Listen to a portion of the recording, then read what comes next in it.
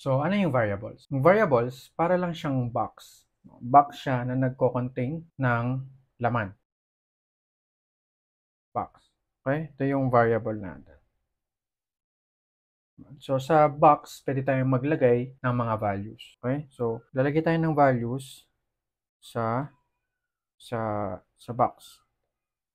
So, yun lang yung variable. Ganun lang siya kasimple. Okay? So, yung variable, binibigyan natin siya ng pangalan. So, halimbawa, ang pangalan ng variable na to is si variable A.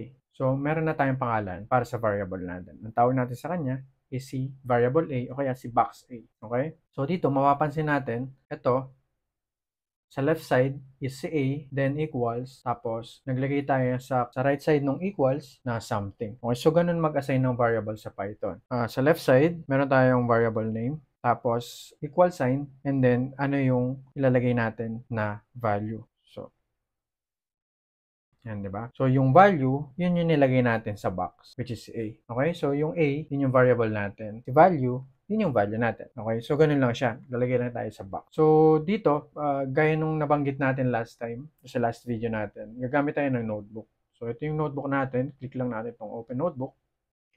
Then, ito na siya. So, minsan, matagal to mag-load, minsan mabilis. So, hintayin nyo lang, no? So, I recommend gamit kayo ng Chrome-based na browser. Kung hindi nyo alam yung ibig sabihin ng Chrome-based, gamit na lang kayo Google Chrome para mag-work siya. Hindi ko sure kung nag-work to sa ibang browser, pero, yeah. So, dito, balik lang tayo sa kabila. Yan. Open natin siya side by side.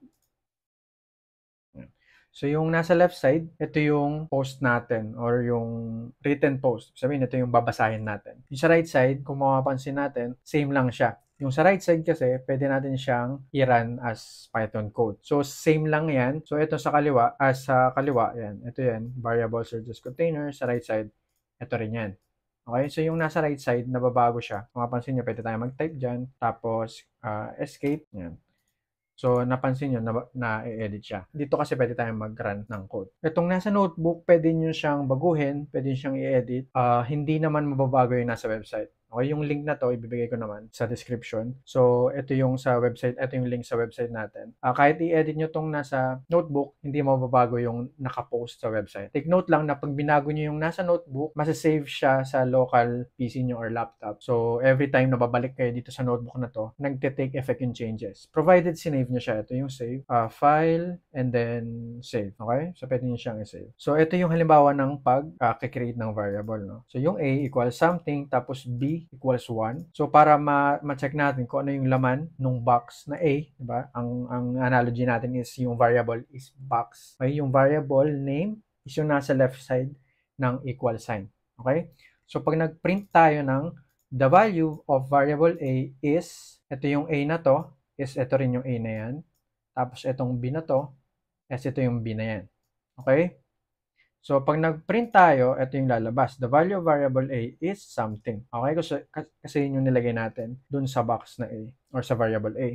And then sa B is 1. Okay? So, pwede natin siyang edit. Let's say, for example, print lang natin yung A. Diba? So, para ma-run yan, pwede tayong mag-run selected cell. Pag pinress natin yan, yan yung lalabas. Print A. Ibig sabihin something.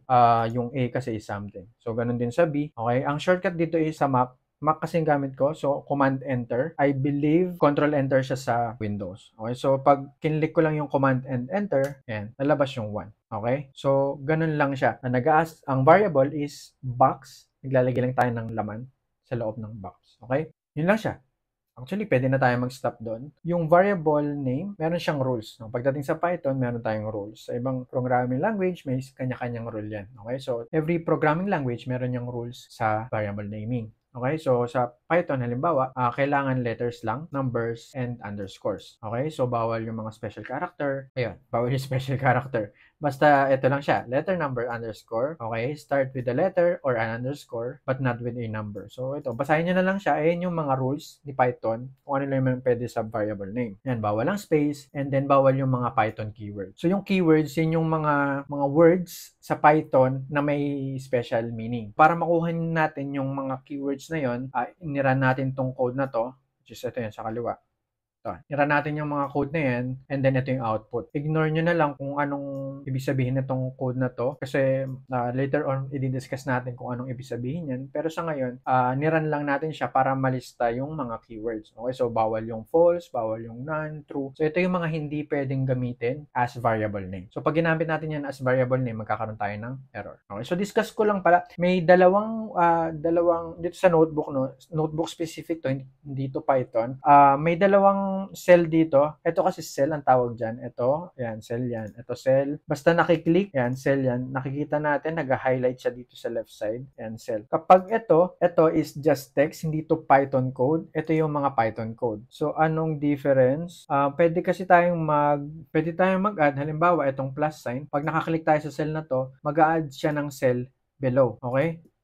Litan natin. Yan. So, itong cell na nadagdag na to is pwede ka maglagay ng Python. So, halimbawa, magpiprint tayo ng value.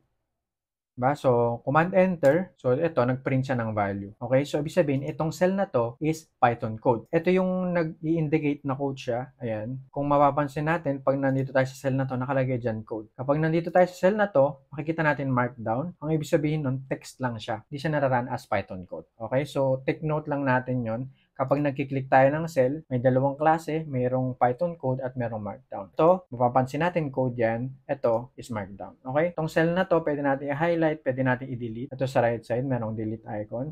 So, kayo na lang mag-explore or manood kayo ng videos about Jupyter Notebook. Kasi technically Jupyter Notebook ito, ang ginagamit lang natin is Jupyter Lite, which is variation of Jupyter Notebook. Okay? Anyways, so move on tayo. Okay, so ito naman, variable naming convention. Kung kanina, meron tayong variable rules, meron din tayong variable naming convention. So yung convention, it's just a convention. Hindi siya rule. So ang difference is sa bawat programming language, merong mga napagkasunduan yung community na ganito dapat yung variable style natin, ganito yung variable naming. Halimbawa, ito sa Python, ang napagkasunduan is snake casing. Ang snake casing is paggamit ng underscore for every word. So halimbawa, ito, this is a variable name. So bawat word is separated by underscore. Sa JavaScript, halimbawa, ang variable naming is tinatawag na camel case. Okay, so yung camel case, for every word, kinakapitalize mo yung first word. So halimbawa, this is a variable name. So, kumbaga, ganyan siya sa JavaScript. So, every letter or every second word, yung first lang yung lowercase. So, yung mga sumusunod na words, nakakapitalize na yung first letter. So, yun yung sa JavaScript. Okay? So, for every programming language, merong ganyang naming convention. Pwede mo siyang hindi sundin. Kumbaga, etong camel casing, gagana yan sa Python. Okay? So, walang problema doon. Hindi siya rule. Again, hindi siya rule. Pero dahil as a convention, kumbaga, pagtingin mo pa lang doon sa variable name, may idea ka na, Python to. Okay, so sundin natin siya, okay? Kahit hindi siya rule. Next is ito, descriptive variable name. So gamit tayo ng descriptive instead of one letter variable naming. Katulad nito, mas magandang gumamit ng ang pangalan ng variable is name instead na letter N. Again, gagana yung N, pero hindi siya advisable. Though may mga exception naman yan, so depende na lang sa atin kung paano tayo magko-code. Then, lowercase. Okay? Huwag tayong gumamit ng uppercase for variable naming. Okay, so pwede rin dito sa Python na multiple assignment. So, kung mapapansin natin dito, C and D, nasa kaliwa again ng equal sign, and then nasa right side yung value. Okay, so yung sum1, mapupunta siya sa letter C, variable C, and then yung 2, mapupunta siya sa D. Okay, so pag pinrint natin siya, yung C is sum1, and then yung value niya is 2, yung sa D. Ang takeaway natin dito sa video natin na to is yung variable is a box. Okay, ito siya. Box siya na nilalagyan natin ng values. Okay? Kung para sa natin siya gagamitin, yun yung siguro madidiscuss naman natin later on. Pero useful yung variable para sa paggamit ng multiple values. So halimbawa, yung letter A, di ba? Ito, variable natin is letter A. Sana ito. Lagyan natin ng something. Okay? Yung something, let's say yung something na yun, gusto natin siyang gamitin sa iba't ibang parte ng code natin. So, para hindi natin ulit-ulitin yung something, ang uulit-ulitin na lang natin is yung variable A. Okay, so, yun yung use niya. Kumbaga, code reuse, no? So, yung variable A, pwede natin siyang gamitin sa iba-ibang part. Okay?